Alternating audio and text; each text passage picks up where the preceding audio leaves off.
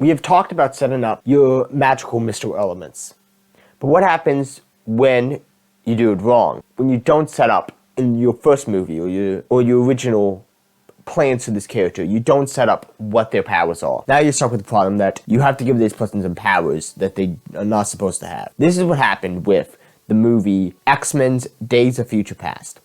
In that, they have one character suddenly have an ability that they are not supposed to have, so that another character can go back in time to, do stuff that... I'm not going to explain the whole plot to you because this is not a video talking about the plot. This is just dealing with how they could have fixed this problem. In my video, can we make X-Men Days of Future Past better? An unbelievable power set solution. In this video, we talked about the character of Kitty Pryde, how she was set up from the beginning of the X-Men movies, having the power to like walk through walls and stuff like that. That's what her ability. Then we come to X-Men Days of Future Past. Suddenly, she now has the ability to channel energy from her hands, put someone's consciousness into their younger body in the past. Makes no sense for that character because all she should be able to do is face walls. And she does a pretty good job at it. She's a badass at that. That's not what her ability is. So then I'm like, okay, so how can we fix this problem? We can fix it by a very easy solution.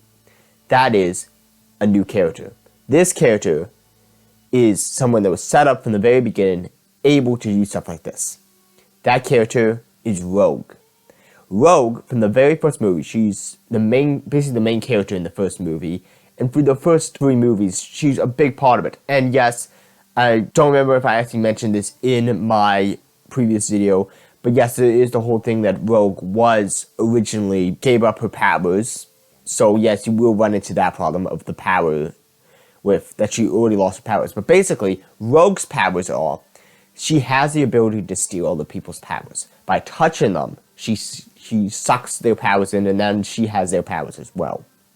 So all you would have to do is just say, hey, Rogue did not lose her powers, or like the serum that she took to make it so she doesn't have her powers anymore didn't work. And second of all, then you can say, and she just met someone on her journey who could, do that light thing and get people into their old consciences. And there you go. It makes sense for her to be able to do something like that because she has the ability to take other people's powers. You just have to say that someone else's powers, and you don't even have to set up a new character. Yes, you could have just set up a new character, but the whole point was they didn't want to set up too many new characters in that opening scene. That's why they didn't just introduce a character who could do that. Because they didn't want to introduce a new character. They wanted to just use the characters they already have. So that's why they use Kitty Pryde, because it's like, oh yeah, this is a character everyone knows, we'll just use her. But it doesn't work. So what you could have easily done is just, use Rogue, say that she met someone on her travels or something like that, and boom, there you go. Now she has the ability to put people back into their old consciousness. So what can we learn from this on how to, deal with your mystical, magical elements?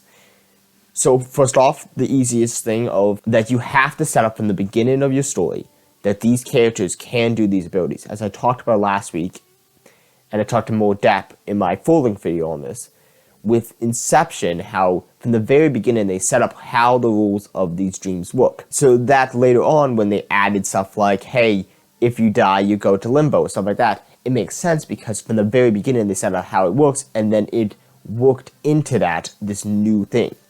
Because it was because of these drugs that we used on them, made it so they couldn't wake up. It makes sense. That's why it works. In this case, it makes no sense.